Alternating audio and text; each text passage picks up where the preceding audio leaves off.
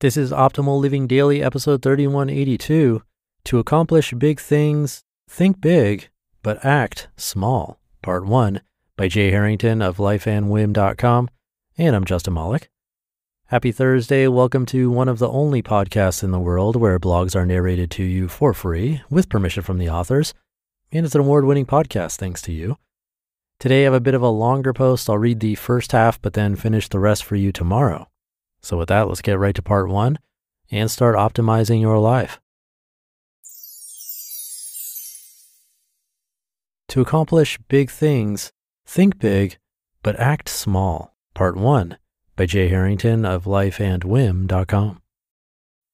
A few weeks back, I wrote a post that discussed the importance, especially for busy parents, of taking advantage of the early morning hours to accomplish big things, be it starting a business, mastering a new talent, or writing a book.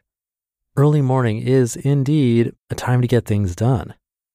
My post prompted a few questions from readers, the most common of which was some variation of, okay, great, so early morning is a good time to work on big goals. What then? Fair question.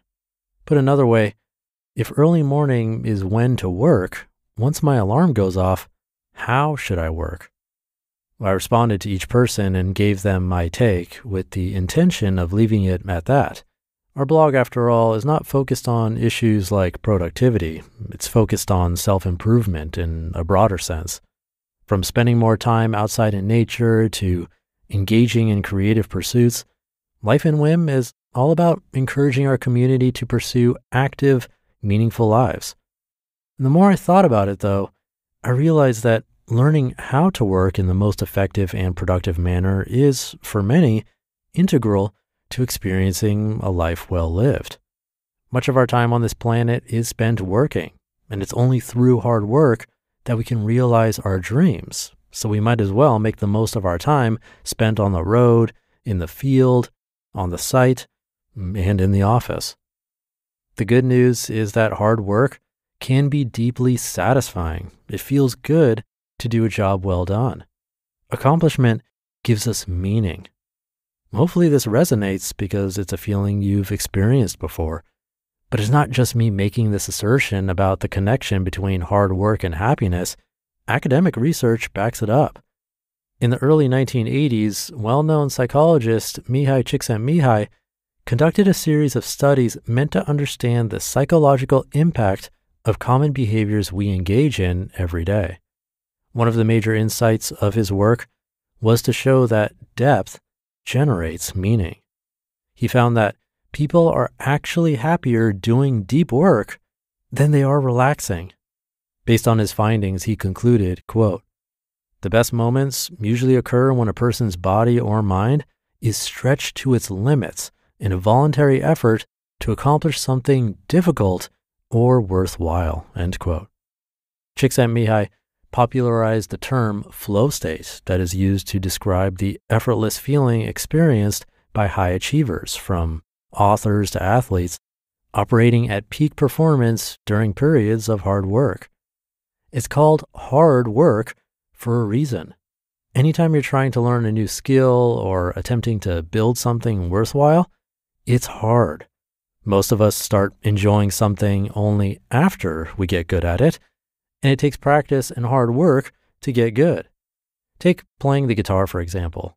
Practicing guitar is painful physically and emotionally, and frustrating for several months until enough work has been put in to build up calluses and learn the basics. Once someone earns their calluses and their skills improve, however, guitar starts to become fun and satisfying. Resilience is built up during the painful periods of any worthy endeavor, and serves as a bridge to the other side. If you want to do something that's satisfying, most times you have to do it when it's not. Practice is a precursor to passion. The point is that the type of intense work that leads to high achievement is not only remunerative, it's psychologically rewarding as well. In light of work's holistic benefits, it therefore makes sense to work in the most productive manner possible in order to realize the greatest benefits. What follows is my take on how to get things done. I'll start with an overarching argument, which is that the best way to tackle something big and important is to minimize as many distractions as possible in order to create space and time to work intensely and consistently on one's most important priorities. Notice that this formulation consists of 3 elements which can be summarized and categorized as follows. 1, minimize distractions. 2, do intense, consistent work. And 3, establish important priorities. Number 1, minimize distractions.